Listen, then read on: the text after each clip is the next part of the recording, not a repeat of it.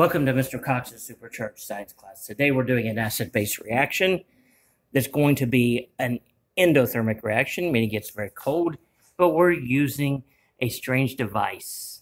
It's a what's it to most of us, but it's actually a bioassay glassware piece of equipment that's used in pharmaceutical labs and in biology labs, but it's really cool because it has a screw-on lid that has holes opening in it for tubes and things to be attached to it, and it has two arm openings, and it looks like kind of like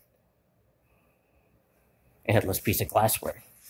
Inside of this, I have placed citric acid, which is a weak acid. It's used for cooking and canning and for superatomic and Sour Patch candies, that type of thing. I'm mixing baking soda together with it. As long as you don't let those get wet, you keep them dry and mix them all together real good, they'll sit there fine. But as soon as you add water to the equation, or the situation, you will have an acid-base reaction going. Today, instead of using water, I plan to use vinegar. Vinegar is acetic acid, baking soda, which is sodium bicarbonate. So when it reacts, it will release a lot of carbon dioxide in this reaction as it neutralizes the situation. So what else? We also have the citric acid in it. So 2 weak acids and a weak base hooked together. Be ready for this nifty reaction. Now I'm going to get in a position here with a jug of vinegar, and then I'm going to try to cap it. I think I'll make it to the cap. Yes. So you see all that gas coming off of it. This is evidence for a reaction, chemical reaction. Ooh. What if I take an arm off?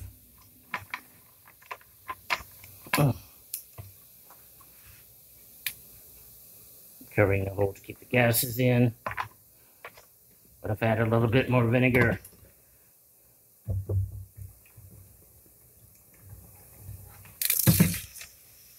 ooh, nifty reactions. Of course, I'm wearing my safety eyewear.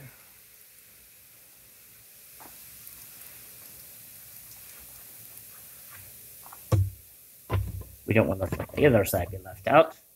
Let's get it going too.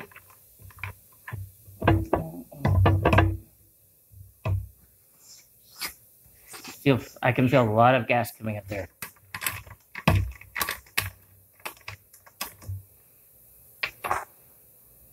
Now there's a lot of powders that have not been mixed up really super well.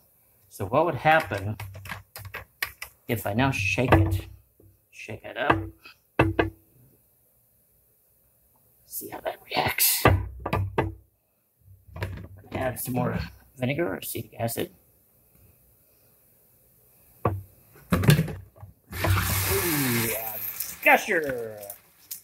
That's what we wanted to see. And when you touch this, it's very cold to the touch.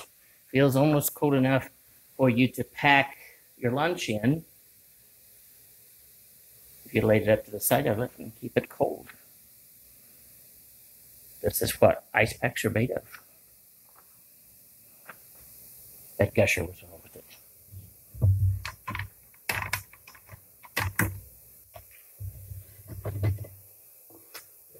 So sometimes, even though this is a bioassay, used for bioassays, I like to use it for acid-base reactions. It gets really started on. And there's the other one. Cap.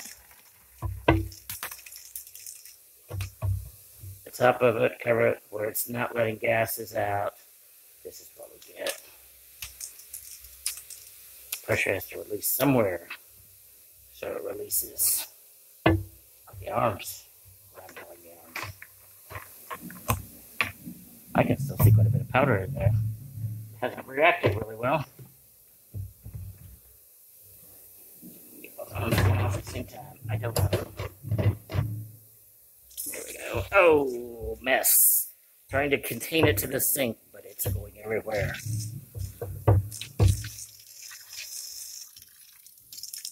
I have a cleanup to do after the video. So that is your acid-base chemical reaction lesson for today.